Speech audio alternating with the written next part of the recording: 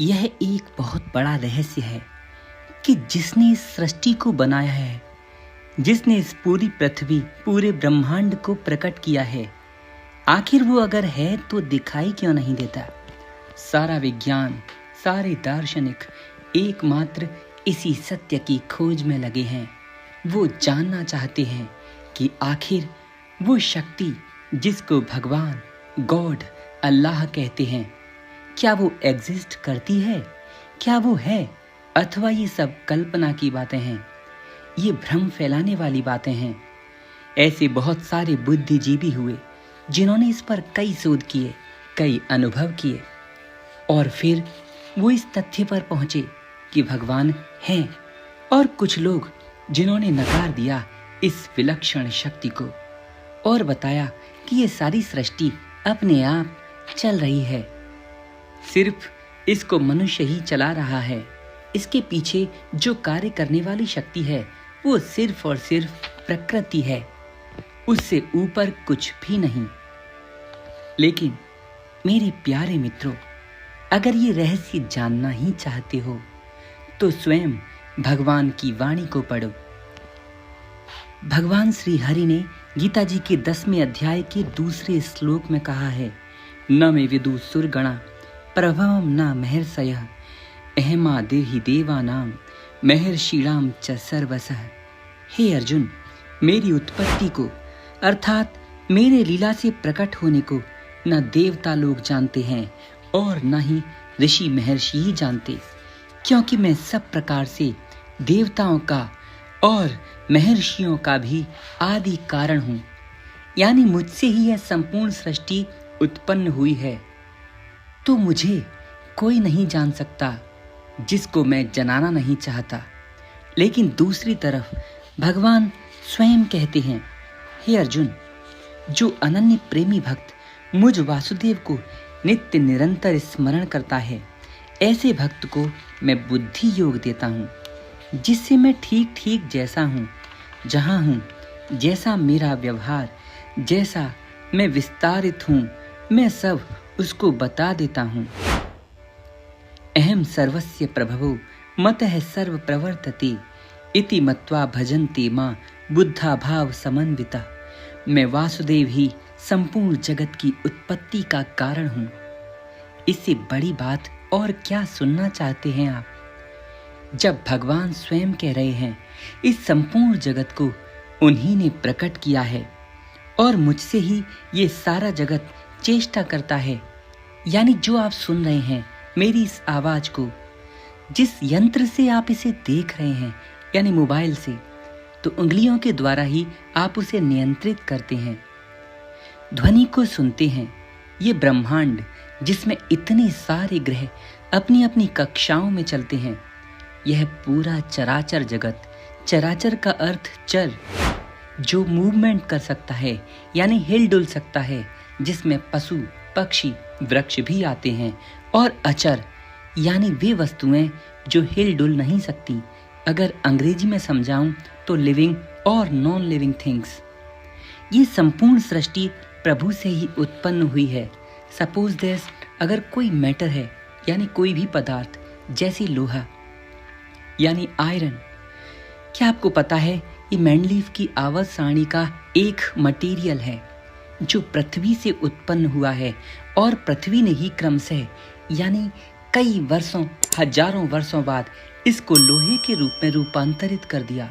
ठीक वैसे ही gold, silver, platinum, thorium, एंथेरियम और जो भी देखने और सुनने में आते हैं, वे सारे पदार्थ प्राइमरी रूप से प्रकृति यानी पृथ्वी से ही निकले हैं और पृथ्वी स्वयं प्रभु से ही प्रकट है।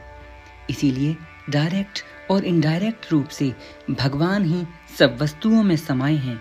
जैसे मकड़ी अपने जाले को अपने ही अंदर से निकालती है, उसके लिए वो कोई बाहरी वस्तु का उपयोग नहीं करती। जैसे आटे से ही रोटी, आटे से ही पूड़ी और कई प्रकार के पकवान, व्यंजन बनाए जाते हैं, वे दिखने में तो अलग अलग होते हैं, लेकिन वास्तविकता में यानी मूल रूप से वे आटा ही हैं। ठीक ऐसे ही ये संपूर्ण जगत जो दिखने में अलग अलग दिखाई देता है, वास्तविकता में ये भगवान से ही प्रकट है। इसीलिए भगवान कहते हैं, इति मत्वा भजन्ते मां बुधा भाव समन्वितः।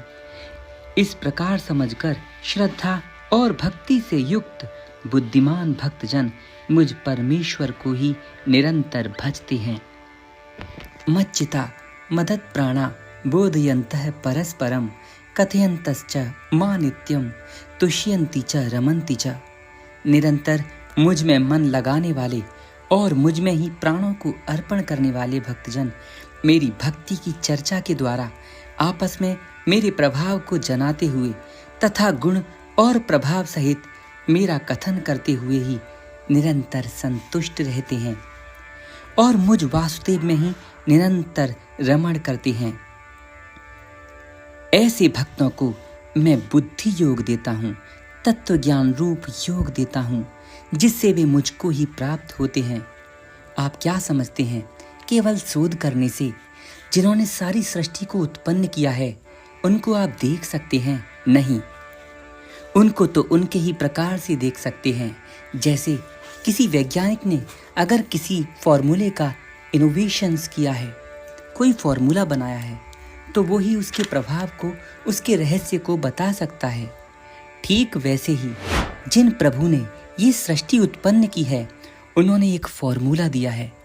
उनके दर्शन का, उनको पाने का ऋषि मुनियों ने उस फॉर्मूले को अपनाया है और उस पर चलकर उनके दर्शन भी किए हैं।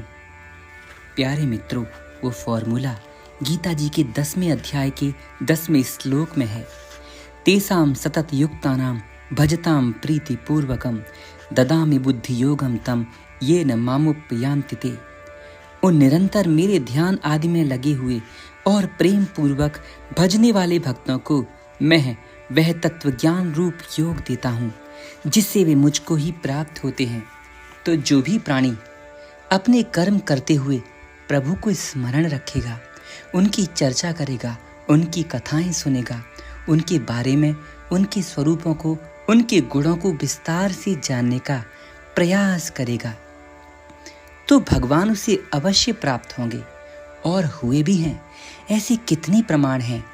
मीराबाई, सदन कसाई, नामदेव जी, संत ज्ञानेश्वर, तुलसीदास जी, सूरदास जी, वल्लभाचार्य जी, ब्रह्मर्षि योगी सम्राट श्री देवराह बाबा, ब्रह्मर्षि श्री बड़े महाराज जी, जिन्होंने तपस्या से, भगवत भक्ति, प्रेम और कठोर नियम से उन परमात्मा के भी दर्शन किए हैं। जब वे कर सकते हैं तो कोई भी व्यक्ति जो इन मार्गों का पालन करेगा वो भी कर सकता है, चाहे वो आप हों अथवा मैं। भगवान सबके लिए बराबर उपलब्ध हैं। अगर कमी है तो हमारी। गीता जी के इस 10वें अध्याय यानी विभूति योग के शुरू के इन श्लोकों से आप इस रहस्य को समझ सकते हैं। जय श्री हरि।